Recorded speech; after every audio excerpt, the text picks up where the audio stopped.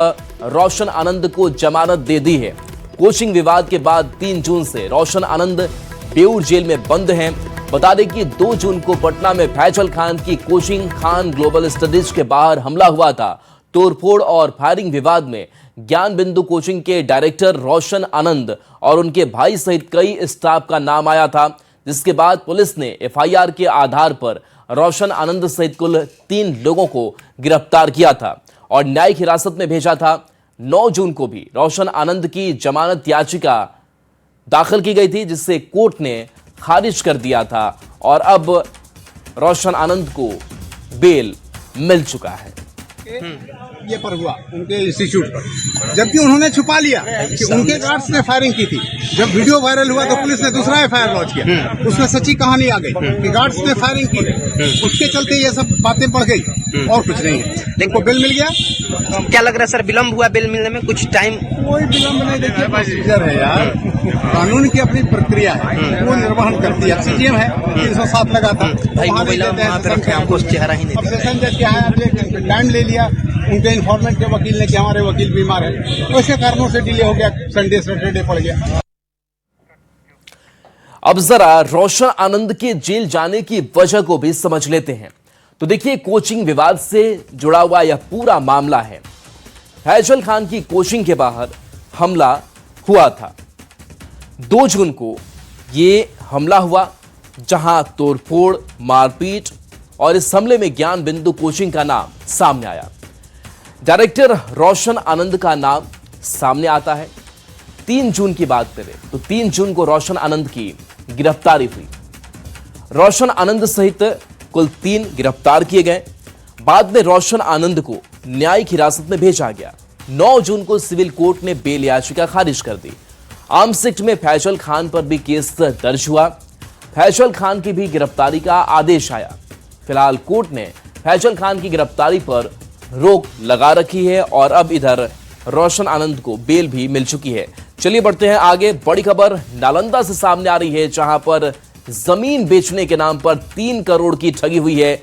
John Deere showroom का मालिक नीतीश कुमार गिरफ्तार किया गया है। फर्जी मालिक, फर्जी आधार से सौदा किया गया था। 10 डिसमिल जमीन बेचने के नाम पर ठगी हुई।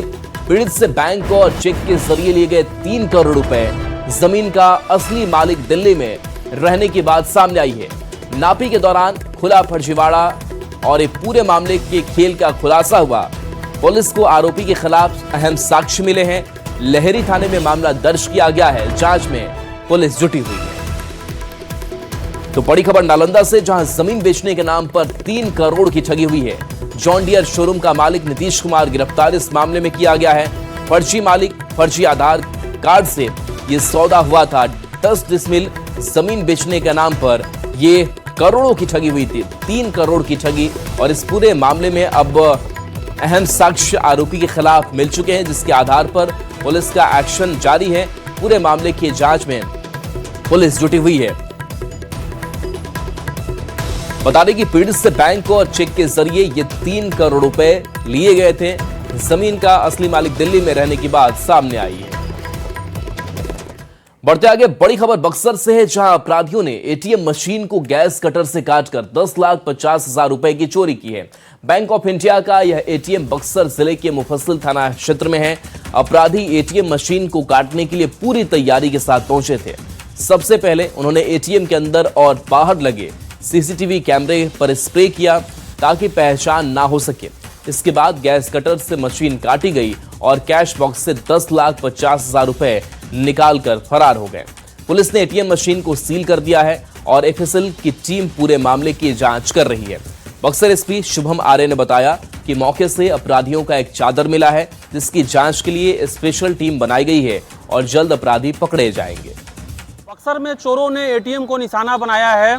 एटीएम को काट करके अपराधियों ने 10.5 लाख रुपए नगद कैश की चोरी की है। घटना बक्सर जिले के मुफस्सिल थाना क्षेत्र की है। बक्सर एसपी शुभम आर्य ने बताया कि घटना स्थल से अपराधियों का एक चादर मिला है, जो अहम सुराग साबित हुआ है पुलिस के लिए। मौके पर जांच के लिए एफएसएल और डॉग स्क्वाड की टीम को बुलाया गया है और पूरे घटना की जांच शुरू कर दी गई है।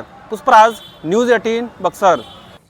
देखिए, बड़ी खबर नवादा से है, जहां राजस्व एवं भूमि सुधार मंत्री दिलीप जायसवाल की लाख संधि के बाद भी विभाग में घुसखोरी रुकने का नाम नहीं ले रही है। नया मामला नवादा के रजौली का है, जहां एलआरडीसी कार्यालय के लिए स्टेनो सुनील कुमार का 80,000 रुपए घूस लेते वीडियो वायरल हो रहा है।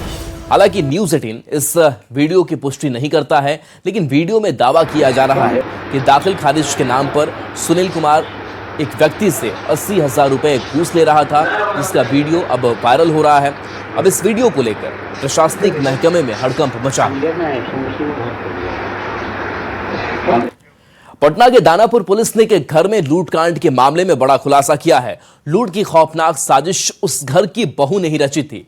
पुलिस ने इस कांड में शामिल घर की बहू और 3 अपराधियों को गिरफ्तार किया है, जिनके पास से 3,42,000 रुपए और हथियार भी बरामद किए गए हैं।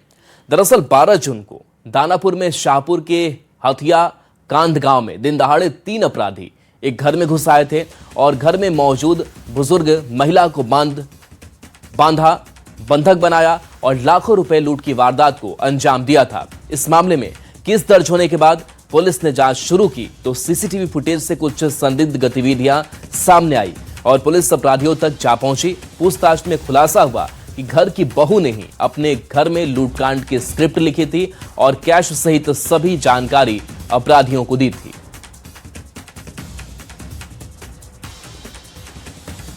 प्रीति देवी जो जिस घर में चोरी हुई है उसी घर में वो बहू है। वो उसमें अनुसंधान टेक्निकल एनालिसिस में ये आया है कि उनके डेली बातचीत वगैरह करती थी, इनका कांटेक्ट था इससे और इन्हीं ने खबर दी थी इनको कि ऐसा ऐसा कैश वगैरह रखा हुआ है घर पे, आप आके लूटपाट कर सकते हैं। इसमें जो बरामद हुआ है वह सामान्य एक देसी कट्टा है और 4 जिंदा कारतूस है। नगद रुपए है 3,82,042 और 3 एंड्रॉइड मोबाइल है। खबर बाढ़ से है, जहां नवादा पंचायत में रिश्तेदारों के बीच मामूली विवाद को लेकर हुई मारपीट का वीडियो सोशल मीडिया पर जमकर वायरल हो रहा है। वीडियो में महिला और पुरुष आपस में मारपीट और गाली गलौज करते हुए नजर आ रहे हैं। हालांकि न्यूज 18 इस वायरल वीडियो की पुष्टि नहीं करता। बताया गया कि 10 जून को कपड़ा सुखाने को लेकर उठे विवाद में गोतिया के बीच खूब मारपीट और लाठी डंडे चले, जिसके बाद पीड़ित पक्ष ने बाढ़ थाने में आवेदन दिया है।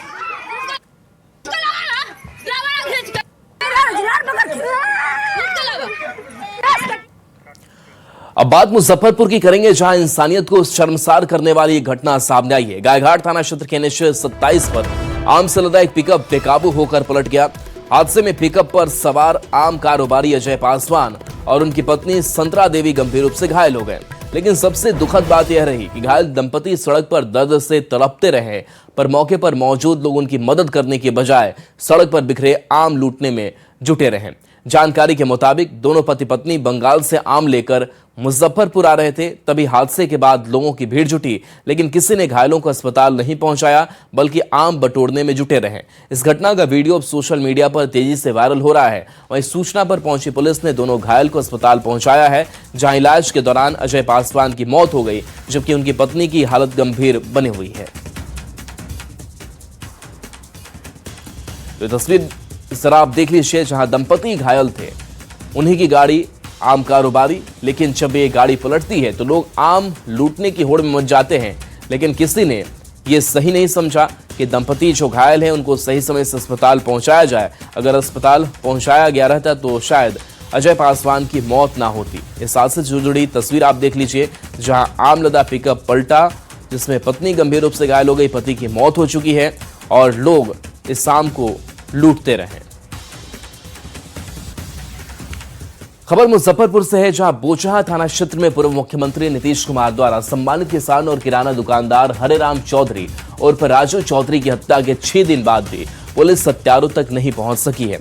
इस बीच मृतक के परिजनों से मिलने के लिए रविवार शाम पूर्णिया सांसद पप्पू यादव चकेलाल गांव पहुंचे और 22 जून को मुजफ्फरपुर संग्रहालय परिसर में धरने का बड़ा ऐलान किया।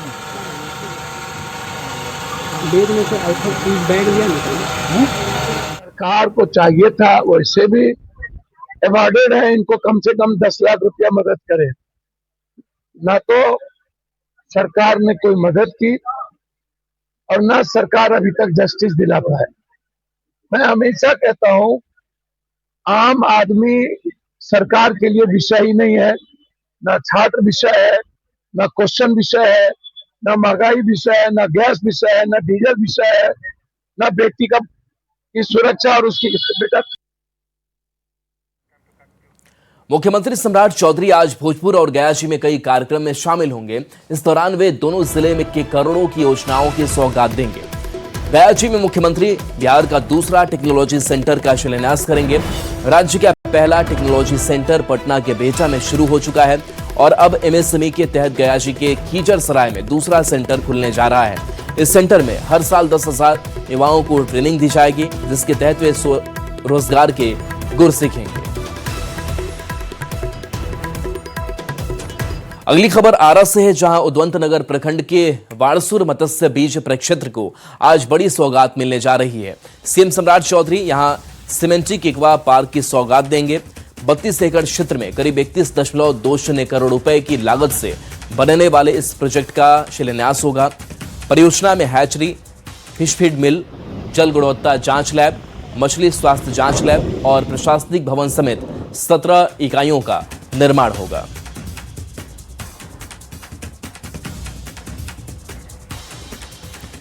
बिहार के सीएम सम्राट चौधरी कल यानी कि 16 जून को सिवान आ रहे हैं। सीएम सिवान जिले के पपौर पंचायत में आएंगे। सीएम पपौर सरकार भवन के पास सहयोग शिविर में शिरकत करेंगे, जहां कई विभागों का स्टॉल का निरीक्षण करेंगे।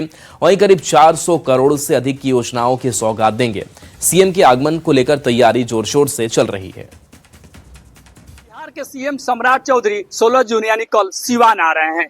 उनकी आगमन सिवान जिले के पपौर पंचायत में होना है। यह तस्वीर मेरे ठीक सामने आप देख सकते हैं। पपौर पंचायत है जहां सीएम का आगमन है। यही सहयोग शिविर में शिरकत करने के लिए सीएम सम्राट चौधरी आ रहे हैं, जहां सभा भी करेंगे। वहीं कई विभागों का स्टॉल रहेगा, जिसका निरीक्षण करेंगे, संबंधित अधिकारियों से बात करेंगे। सीएम की आगमन को लेकर प्रशासनिक तैयारी जोर शोर से की जा रही है। यह तस्वीर देखिए, यही सम्राट चौधरी आएंगे। उनके आगमन को लेकर तैयारी जोर शोर से की जा रही है। भव्य पंडाल का निर्माण किया जा रहा है, जहां सीएम सभा करेंगे। उनके आगमन को लेकर प्रशासनिक महकमा पूरी तरह से तैयारी में जुट गया है, तो वहीं उनके आगमन में कहीं किसी प्रकार चूक नहीं हो, सिवान जिला प्रशासन पूरी तरह अलर्ट मोड में है। यह तस्वीर देखिए, चूंकि बिहार के सीएम सम्राट चौधरी यहीं आएंगे, उनकी आगमन है, ऐसे में यहाँ कार्य जोर से चल रहा है। उनके आगमन की तैयारियों को लेकर लगातार अधिकारियों ने निरीक्षण की जा रही है। कई तरह के दिशा निर्देश दिए जा रहे हैं ताकि सीएम की आगमन है, ऐसे में उनके आगमन को लेकर किसी प्रकार कहीं चूक नहीं हो। एक तरफ जहां सम्राट चौधरी सीएम बनने के बाद पहली बार सिवान आ रहे हैं, जिससे जो एनडीए के नेता हैं वो काफी तैयारियों में जोर शोर से लगा हुआ है। वहीं यहाँ आगमन को लेकर जो स्थानीय लोग हैं उनमें खुशी के माहौल देखी जा रही है। बताया यह जा रहा है कि सम्राट चौधरी कल करीब 400 से अधिक करोड़ की योजनाओं का सिवान वासियों को सौगात देंगे, जिसमें कई शिलान्यास और उद्घाटन भी शामिल है। मृत्युंजय सिंह, न्यूज 18 सिवान। पटना कदमकुआं स्थित वेंडिंग जोन में इन दिनों ग्राहकों की कमी से दुकानदार परेशान है। दुकानदारों का कहना है कि वेंडिंग जोन के बाहर बड़ी संख्या में अस्थायी दुकानें लग रही हैं, जिसकी वजह से ग्राहक अंदर आने के बजाय बाहर से ही खरीदारी कर लौट जा रहे हैं। वहीं खरीदारों का कहना है कि बाहर की दुकानों में सामान अपेक्षाकृत सस्ता मिलता है, इसलिए वे कहीं खरीदारी बाकी जगह नहीं करना चाहते। वेडिंग जोन का जब उद्घाटन हुआ था, लोगों को उम्मीद थी कि यहाँ जाम से निजात मिलेगा और जाम से निजात मिला भी। जितने भी जो दुकानदार थे, छोटे दुकानदार, उन्हें स्टॉल यहाँ मिल गया था। लेकिन अभी फिलहाल यहाँ की जो तस्वीर है आप देख सकते हैं, सारी जो दुकानें हैं वो खाली नजर आ रही है। अधिकतर जो दुकान जिनके नाम पर अलॉट हुआ है वो अपनी दुकान यहाँ नहीं लगा रहे हैं और आधे से ज्यादा जो दुकान है वो यहाँ खाली नजर आ रही है।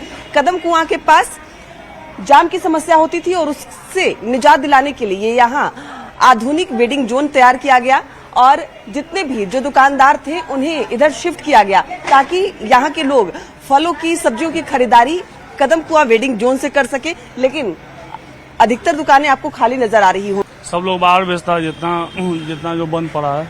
हाँ। और हम लोग का कस्टमर आने में बहुत दिक्कत हो रहा है। जहाँ 100% कस्टमर था वहाँ पे 30% हो गया है। तो सारी दुकानें जब बाहर चली जाएंगी तो कस्टमर तो कम होंगे ही, तो क्यों बाहर जा रहे हैं लोग जब दुकान मिला है? तो बाहर लोग जा रहे हैं, सोच रहे हैं कि हम ज्यादा बेच लेंगे और हाँ, सारा कस्टमर बढ़ गया 100% में कहीं 30% इधर चल गया, 30% इधर चल गया। आराम है क्योंकि धूप में पहले खरीदारी करनी पड़ती थी, अब तो मैम इसके बनने से आराम तो है, बहुत ज्यादा आराम है। लेकिन वही है कि अंदर में थोड़ा सामान एक्स्ट्रा कॉस्टली मिलने लगा है।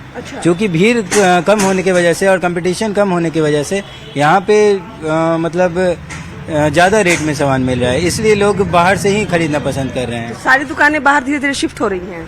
हाँ, अधिकतर दुकान जनक किशोर रोड में चली गई हैं। बहुत सारे दुकान जनक किशोर रोड या कदम कुआं जो मेन रोड है उसी के किनारे किनारे लोग लगाने लगे हैं। यानी जिस उम्मीद से कदम कुआं वेडिंग जोन का उद्घाटन किया गया था वो फिलहाल नजर नहीं आ रही। कैमरामैन सुबोध के साथ विनीता मिश्रा, न्यूज़ 18 पटना। और देखिए, नीट पेपर लीक से जुड़ी खबर है, जहां बिहार से एक आरोपी की गिरफ्तारी हुई है। रिफंड फ्रॉड का यह आरोपी है। बताया जा रहा है कि पेपर कैंसिल होने के बाद फ्रॉड कर रहा था। एनटीए की मदद से इसकी गिरफ्तारी की गई है। तो ये आरोपी रिफंड फ्रॉड कर रहा था, यानी कि पैसे वापस देने की बात कर रहा था। पेपर कैंसिल होने के बाद से इसका फ्रॉड चल रहा था। एनटीए की मदद से गिरफ्तारी इस शख्स की हुई है।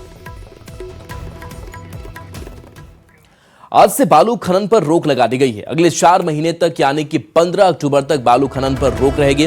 मानसून के कारण बालू खनन पर रोक के निर्देश दिए गए हैं। खनन विभाग के निदेशक ने सभी जिलों के डीएम को पत्र लिखकर निर्देश दिया है कि पाबंदी के दौरान बिहार से बाहर बालू भेजने पर भी रोक रहेगी। मानसून सक्रिय होने वाला है और मानसून की सक्रियता देखते हुए नदियों में आज से बालू का खनन रोक लगा दिया जाएगा। जी हां, जितने भी बिहार में नदियां हैं उनमें से जो बालू का खनन होता है उसमें आज से रोक रहेगा और पहले से ही जो बालू का स्टॉक है वो कर लिया गया है। राज्य की प्रमुख नदियों से आज से बालू खनन नहीं किया जाएगा। राज्य पर्यावरण प्रभाव आकलन प्राधिकरण द्वारा जारी पर्यावरण स्वीकृति की शर्तों के अनुसार मानसून अवधि में नदियों से बालू का खनन आज से यानी 15 जून से 15 अक्टूबर तक पूरी तरीके से बंद रहेगा। इस दौरान किसी भी बालू घाट से वैध खनन की अनुमति नहीं होगी। खनन बंदियों के बावजूद निर्माण कार्य प्रभावित न हो, इसके लिए सरकार ने पहले से ही तैयारी कर ली है। जिलों में लगभग 30 से 35 लाख क्विक फीट बालू का जो स्टॉक है वो सुरक्षित रख लिया गया है। इसी स्टॉक से निर्माण कार्य के लिए बालू की आपूर्ति की जाएगी ताकि बाजार में कृत्रिम संकट या कीमतों की अनावश्यक बढ़ोतरी न हो। सरकार ने मानसून अवधि में अवैध खनन और बालू से अवैध परिवहन पर रोक लगाने के लिए विशेष व्यवस्था की है। खान एवं भूतत्व विभाग ने 11 जून को सभी जिला अधिकारियों और वरिष्ठ पुलिस अधीक्षकों और पुलिस अधीक्षकों को पत्र भेजकर निगरानी बढ़ाने का निर्देश भी दिया है। यानी आज से 15 अक्टूबर तक जो नदियों से बालू का खनन होता था वो नहीं होगा, जो वैध रूप से खनन होता था वो नहीं होगा। हालांकि जो लोग गलत तरीके से बालू का खनन करेंगे उन पर विशेष निगरानी भी रखी जाएगी। उसके लिए पत्र भी लिखा गया है।